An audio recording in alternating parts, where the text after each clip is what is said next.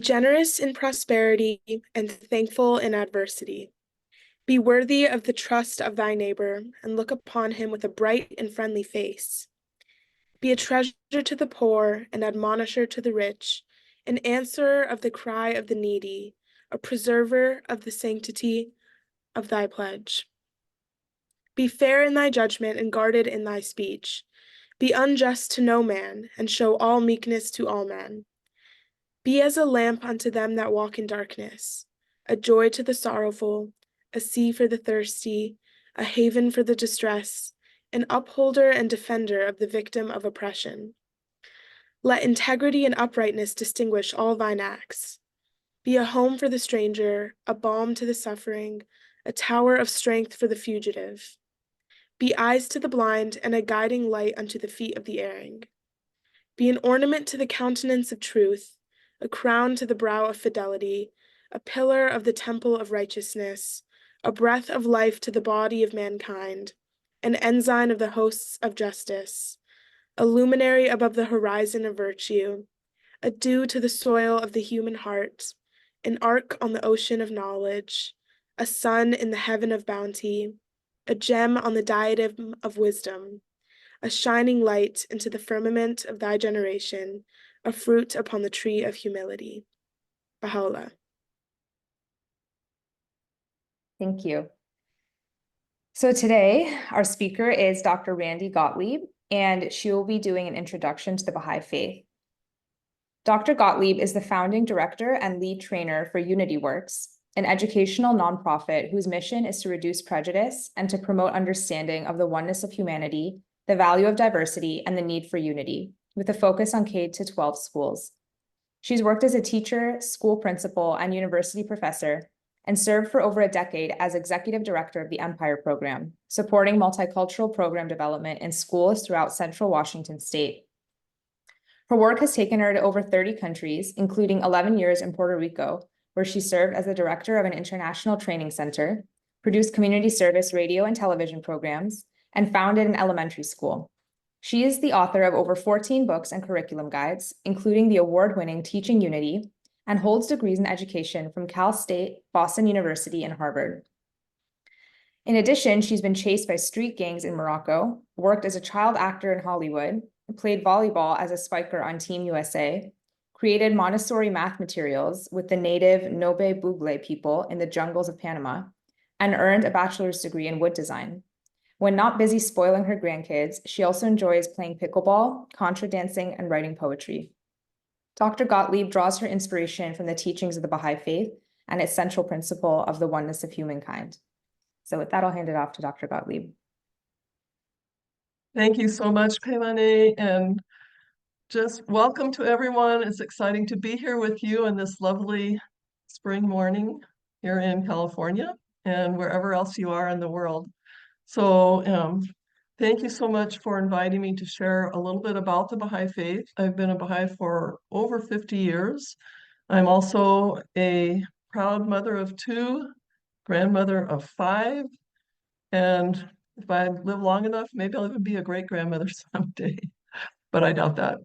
So I'm going to get started on, I have a PowerPoint program for you, and not too many bullet points, lots of pictures, so I hope you enjoy it. And then there will be time for some questions at the end. And I've also asked Peimane and Bita if they will help me with some of the quotations that we'll see on screen. So I will get ready to screen share, yes. The Baha'i Faith is a worldwide spiritual community united in the belief that we are one human family. And this photo is of Baha'is from around the world at our World Center in Haifa, Israel. Baha'is come from over 2,000 tribal, racial, and ethnic groups and live in over 230 countries and dependent territories around the world. Baha'is are followers of Baha'u'llah. Baha'u'llah is a title which means the glory of God. And Baha'u'llah, Baha'is believe, is the manifestation of God for this day. And I'll explain that term in just a moment. A few core beliefs, and there are 3. We believe that there is one God and we might call that God by different names, Allah, Dios, the Lord, Jehovah, Creator, but there is only one.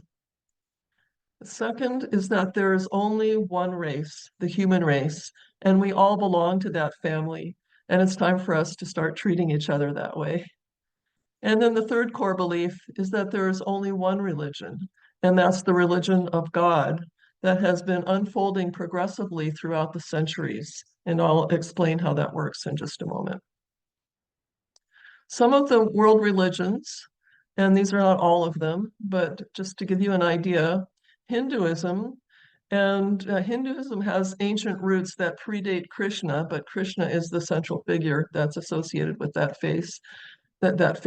And that began about 3,000 years before Christ, before the Christian faith began in India.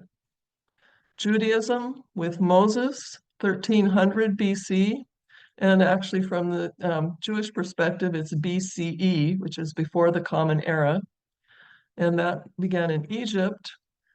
Zoroastrian faith, about 1,000 years BC in Persia, which is now Iran. The Buddhist faith, 560 BC in India. Christianity with Jesus in the year 1 AD, which means Anno Domini, the year of our Lord, in what is now Israel. Islam with Muhammad, 622 years after that in Arabia. And for today, the Baha'i faith, founder is Baha'u'llah in 1863, again in Persia, now Iran. These are just some of the faiths. There are also teachers such as standing buffalo calf woman for some of the native tribes in this country and others as well. At the heart of all of these religions is humanity's relationship to our Creator, our relationship to each other, the golden rule, which basically is be nice, answers to our deepest questions about life, the universe, why we're here, what's our purpose. And the founder of each of these faiths not only brings the word of God, but is also a living embodiment of that word. And Jesus explains it this way. He says, I am the way, the truth, and the life, and no one comes to the Father but by me. And that's in the Bible. I'm assuming that people can see the verse, so I won't repeat those. Here's another one. I am the goal, I am the way. And that was by Krishna in the Hindu scriptures. And Beta, Those who have not yet been saved, I cause to be saved. I am the knower of the way, the opener of the way.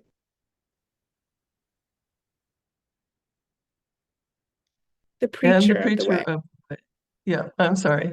And that was from Buddha. Interesting. So Jesus says, I am the way. Krishna said, I am the way. And Buddha is saying the same thing. And then is another, this is the only way. There is no other. Now, if we were in person, I'd ask for a show of hands. And who said this one? But I can't see you all right now. And you can't speak. So again, this is Buddha, in case we weren't clear the first time around. This is the only way. Now, how can that be if they're all the only way? Think about that. Here's another one from Muhammad. This is the way of the Lord, of thy Lord, from the Quran. And from the Bab, who is the forerunner to Baha'u'llah, in the same way that John the Baptist was the forerunner for Moses, the Bab said, this is the way of God for all the inhabitants of the earth. And Baha'u'llah says, seek none else but me. I cheer the faint and revive the dead. I am the guiding light that illumineth the way. Now, how can all of those be true? And when I was investigating the Baha'i faith many decades ago, I read all of those things and said, that's not possible. How can all of them be the only way? And I was confused. And then I read this. Every one of them is the way of God that connecteth this world with the realms above. They are the manifestations of God amidst men, the evidences of his truth and the signs of his glory. Whoso recognizeth them hath recognized God. And that comes from the Bahá'í writings, basically telling us that all of them are correct. They are all the way. Now, you can compare this to climbing a mountain. And this is a mountain in Washington State where I lived for the past 30 years, since recently moved to California. One person might hike up the north face of that mountain. Another might climb up from the south side, and still another from the west. But every path is the way to the top. Think about that. This is another analogy, another way of looking at it. In the same way, every manifestation is the way to God. And Moses said unto God, Behold, when I come unto the children of Israel and say unto them, the God of your fathers hath sent me unto you, and they shall say to me, what is his name? What shall I say unto them? and God said unto Moses, I am that I am. Thus shalt thou say unto the children of Israel, I am hath sent me unto you. and Moses said unto the Lord, O my Lord, I am not eloquent, but I am slow of speech and of a slow tongue. and the Lord said unto him, I will be with thy mouth and teach thee what thou shalt say. in the same way, every manifestation speaks with the voice of the Lord. And that's what manifestation means, to make manifest, to show, and that it's that voice, I am that I am, speaking through each one of those manifestations of God. Each one brings a new chapter in the same book of God. So those chapters aren't saying, oh, this is chapter 2, so you can tear chapter 1 out of the book. No, this builds on the previous chapter, and then you know that there's a next chapter coming. Another analogy, you can look at it like this: if God is like the sun, you can imagine if you're staring at the sun, it's so bright and so powerful, it will burn out your retina, right? And you go blind. But you can look at that sun and see a reflection of it in a perfectly polished mirror that's clean and has no dust on it. And you can look at that mirror and see a perfect reflection of that sun. So if you can see the sun in one mirror, you can imagine another mirror reflecting that same light, and yet another. And maybe one of those mirrors is called Moses, and another is called Buddha, and another is called Jesus, all of them reflecting that same light of God. Now, there's two quotes in the Bible that sound contradictory, but if you keep this mirror analogy in mind, it makes sense. In John, it says, no man hath seen God at any time. And then it also says, Jesus says, he that hath seen me hath seen the Father. And this is Jesus explaining that he is that perfect reflection of that light. So what do faiths say about other faiths? Infinite truth has infinite expressions. Ignorant is he who says, what I say and know is true, and the others are wrong. And who said that? I can't see your hand, so just think about it to yourself. Who do you think said that? That's from the Hindu scriptures. And another, we believe in God and in what has been revealed to us and in what was revealed to Abraham, Ishmael, Isaac, Jacob, and the tribes, and in what was given to Moses, Jesus, and the prophets from their Lord. Who do you think said that? That was Muhammad. And Jesus said, for had ye believed Moses, you would have believed me, for he wrote of me.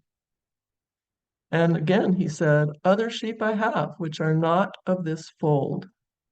That was Jesus. So when one of these faiths claims exclusivity, I am the only one and everyone else is going to hell.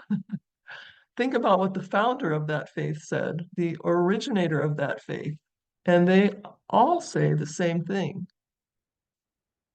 I am not the first Buddha who came upon the earth, nor shall I be the last. from age to age. In due time, he said, another Buddha will arise in the world, a holy one. He will reveal to you the same eternal truths which I have taught you. Whenever there is a decay of righteousness and there is an exaltation of unrighteousness, then I myself come forth for the destruction of evildoers, for the sake of firmly establishing righteousness. I am born from age to age. Who do you think said that? Think about it to yourself. That was from the Hindu faith, Krishna. All of them are saying the same thing. In his final blessing to the tribes of Israel before his death, Moses explained it this way. The Lord came from Sinai, referring to himself, and rose up from Seir, meaning Jesus. He shined forth from Mount Paran, Muhammad. He came with 10,000s of saints, the Bab. And from his right hand went a fiery law, Baha'u'llah. Thank you. And that was this final blessing of Moses, basically saying, there will be another, and God will not leave you alone, will not leave us alone. In the oral histories of many native tribes, there is also a prophecy of a holy one who would return to earth at a time of great turmoil, which look around us, folks, that's where we are right now, and guide humanity into the future. In that day, this is the prophecy, in that day of purification and awakening, we will return to harmony with nature and will live in unity with people from all four corners of the earth.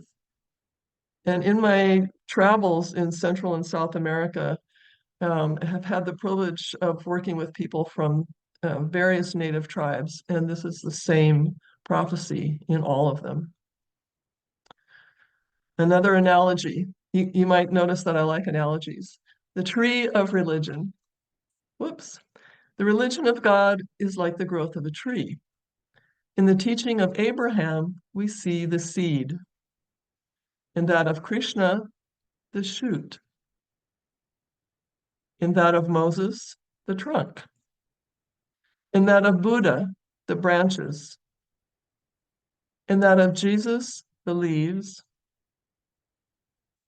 In that of Muhammad, the blossoms.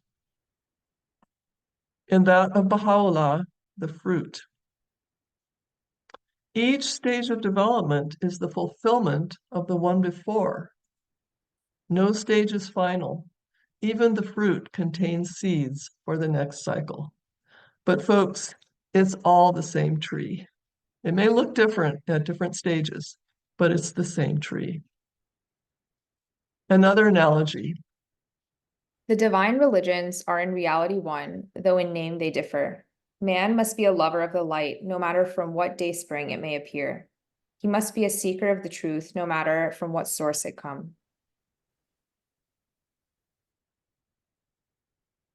And one more. Attachment to the lantern is not loving the light. Attachment to the lantern is not loving the light. And that is from Abdul Baha, who is the son of the founder of our faith, the son of Baha'u'llah. And just as an aside, Abdul Baha shared his father's exiles and imprisonment for these same teachings. Abdul Baha went into prison and exile when he was 8 years old and came out, was finally released when he was an old man with a long white beard. And that was one of his many sacrifices, to share this idea that we must be lovers of the light, no matter from what source it came. The prophet brings the word of God, the pure water of life, and then we take those pure teachings and add our own interpretations, our own imagination, our own personal beliefs, misunderstandings, even translations which aren't quite accurate. And pretty soon that clear water becomes pretty cloudy and you might not want to drink it. And that's the time of winter is over, time for spring. God leaves not his children comfortless, but when the darkness of winter overshadows them, Then again, he sends his messengers, the prophets, with a renewal of the blessed spring. The Sun of Truth appears again on the horizon of the world, shining into the eyes of those who sleep, awakening them to behold the glory of a new dawn. So now, it's kind of interesting that these world faiths have a promise that in addition to accepting the prophets of the past, they also speak of one to come. And you saw that, for example, Buddha's quote, "I am not the first Buddha to come upon this earth, nor shall I be the last." So these are some of the promised ones that we know about. In Hinduism, the Hindus are awaiting the 10th avatar. Avatar means appearance or manifestation. The 10th appearance of the prophet. Judaism is awaiting the Lord of hosts. The Zoroastrians expect the Shah Bahram, which means the glorious king. Buddhists are awaiting the 5th Buddha. And Christians have been promised the return of Christ.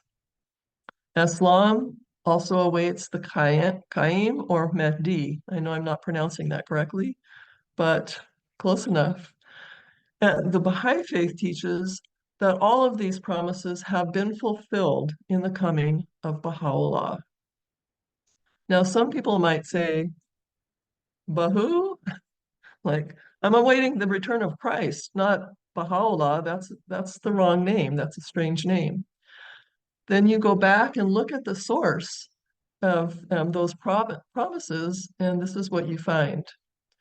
And the Gentiles shall see thy righteousness, and all kings thy glory, and thou shalt be called by a new name, which the mouth of the Lord shall name. And that's from the Hebrew scriptures. A new name, thou shalt be called by a new name. That was the promise to the Jews. And Peimane once again. Him that overcometh will I make a pillar in the temple of my God, and he shall go no more out, and I will write upon him the name of my God, and the name of the city of my God, which is New Jerusalem, which cometh down out of heaven from my God, and I will write upon him my new name. And that's from Jesus, the Christian scriptures. I will write upon him my new name. And when I was investigating the Baha'i faith years ago, my Christian friends would say, it can't be Baha'u'llah. We're waiting for Jesus, the return of Jesus. Jesus himself said that he will come with a new name. So if we go back to the original source, it might help clarify some of those questions. So here's a little story that goes with that. The situation is like the story of the 5 hungry beggars who found a coin and couldn't agree on how to spend it. I want uvas, said the one from Spain. No, I want angur, said the Persian. Give me anab, said the Arab. I'm hungry for uzum, said the Turk. I'm dying for some grapes, said the Englishman. And they began to fight.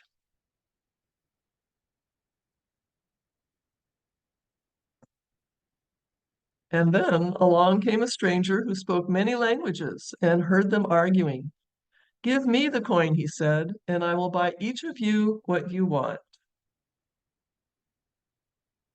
And the stranger returned with a large bunch of grapes, and everyone was satisfied.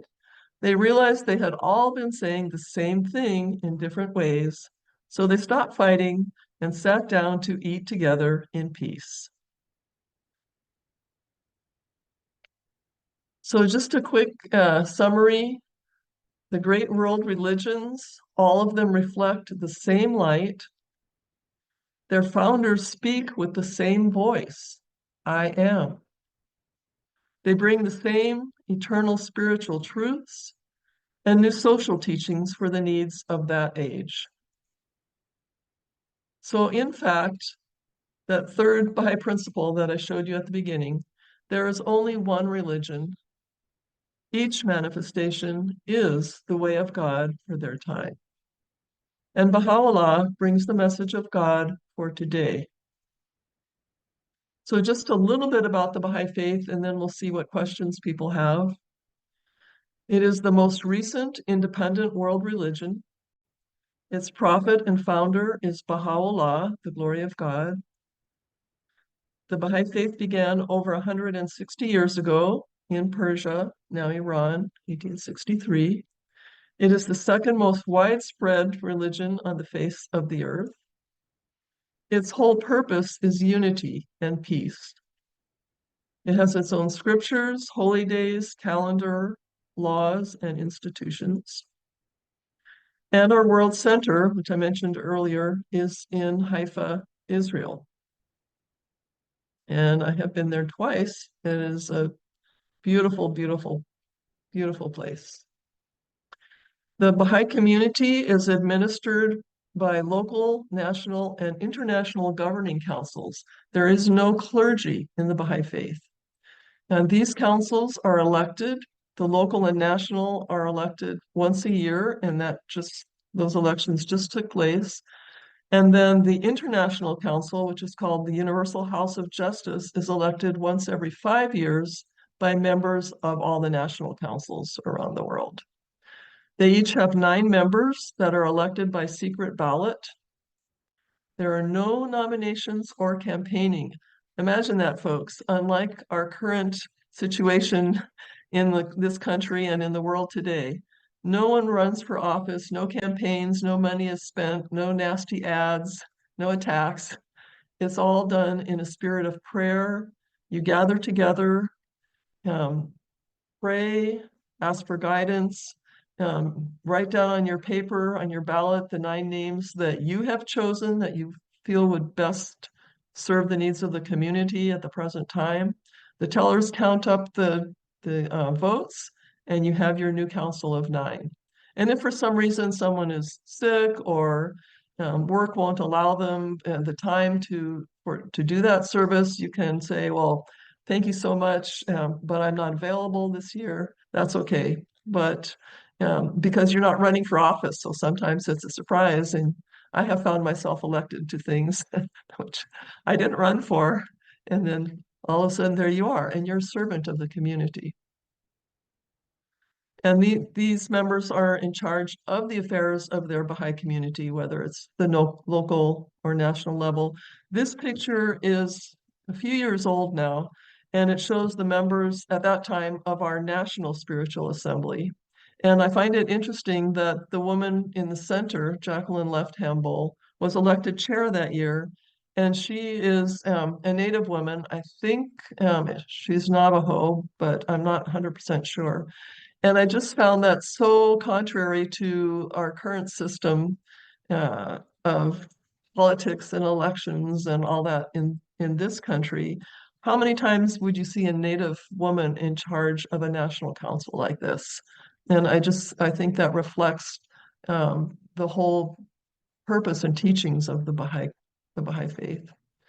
A few basic principles: independent investigation of truth, which means that each person investigates truth, investigates for themselves. You don't become a Baha'i because your parents were Baha'is or because someone told you you had to. It's your choice, your decision.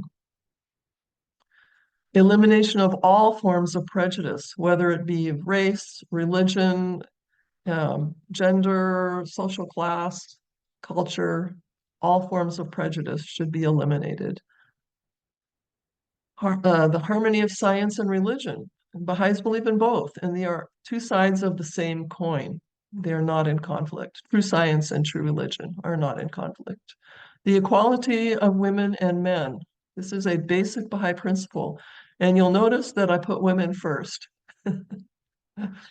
So, universal education, that all children of the world, not just those who are wealthy or live in an industrialized society, but education belongs for all of us. And I have been in many places in the world where children didn't go to school because they couldn't afford books, or they couldn't afford shoes, or they had to stay home and take care of 5 younger siblings. And so this is a key principle in the Baha'i faith. The adoption of a world auxiliary language, which means that we would all learn our native language, the language we learn at home, and then we would all learn the same second language. So you could learn that language and speak to anyone else in the entire world because we would all have the same second language. So you can travel anywhere you want and feel at home. The elimination of extremes of wealth and poverty. And that doesn't mean that we'll all earn the same amount and everything will be exactly equal. It means that right now we have people who are multi-billionaires, not millionaires, multi-billionaires who have 20 homes and 5 yachts and their personal jet plane um, and on and on.